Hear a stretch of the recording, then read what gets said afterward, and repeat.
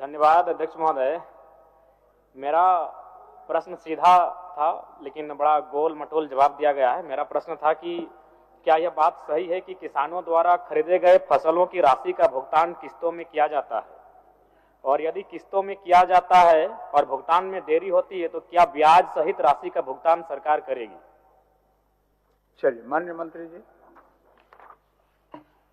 Sir एक बार फिर से सर बता दीजिए। हाँ मंत्री महोदय, मेरा प्रश्न ये है कि जो निर्धारित जयराम जी बट हम बता देते, किसान को जो आप समर्थन मूल्य देते हैं, समर्थन मूल्य का जो पैसा है अगर देर से अगर विलंब से अगर भुगतान होता है तो क्या उसमें इंटरेस्ट आप देंगे? यही ना? ठीक है, बोलिए अध्यक्ष महोदय। जी बोलिए। सर निश्चित तौर पर महोदय, अगर कहीं लगेगा कि हम लोग क्योंकि किसानों का अगर हक हम लोग मार रहे हैं तो निश्चित तौर पर इंटरेस्ट देंगे महोदय, ऐसी कोई बात नहीं है।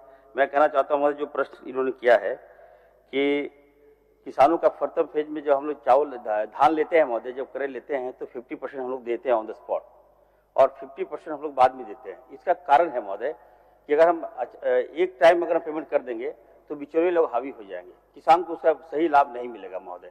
इसको देखते हुए हम लोगों ने निर्णय लिया है कि पहले हम किसानों को 50% देंगे, उसके बाद महोदय जब धान हमारे जाएगा तो मिल में जाएगा, वहां से जब साफ चावल आएगा महोदय उसके बाद 50% हम लोग दे देंगे महोदय। तो सरकार अच्छा काम करना चाहती है महोदय, हमारी सरकार किसानों की सरकार है महोदय, मुख्यमंत्री जी का सोच यही है महोदय। और जयराम जी।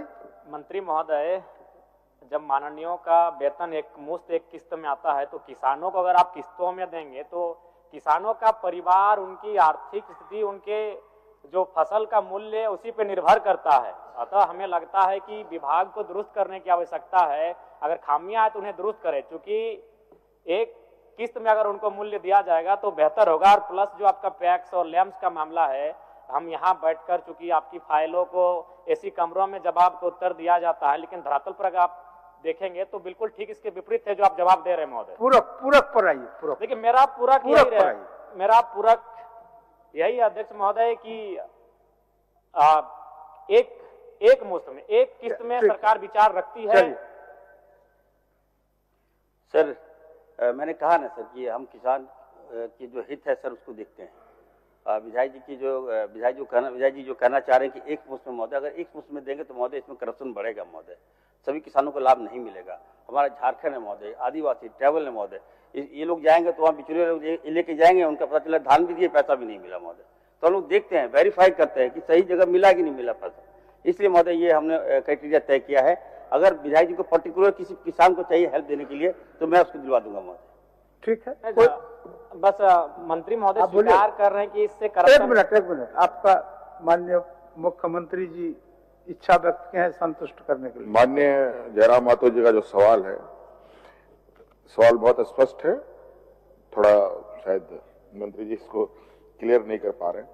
अध्यक्ष महोदय, जो धान क्रय करने का जो प्रक्रिया है राज्य सरकार के अंतर्गत, वो जो उठाव करती है और उसके बदले जो सरकार के माध्यम से किसानों को पैसे दिए जाते हैं, वो इस आधार पर अध्यक्ष महोदय की एक रोटेशन सिस्टम है राज्य के अंदर, राइस मिलों का एक कैपेसिटी है, उस हिसाब से उठाव भी होता है और मिलिंग भी होती है, फिर वो बाजार में आता है या गरीबों में बढ़ता है। उसके बाद ये एक कंटिन्यूअस प्रोसेस है। जगह नहीं होने की वजह से उठाव भी कभी देरी से होती है और राइस नहीं बनने की वजह से मिल में ये प्रोसेस कंप्लीट नहीं होने से उनको पैसे भी नहीं मिलते हैं। तो ये कंटिन्यूअस प्रोसेस है और ये चलता रहता है। हाँ, ये बात है कभी कभी किसी वर्ष किसी में अधिक समय लग जाता है, किसी जिले में किसी में समय पर मिल जाता है, तो ये फेज वाइज ही चलता है अध्यक्ष महोदय।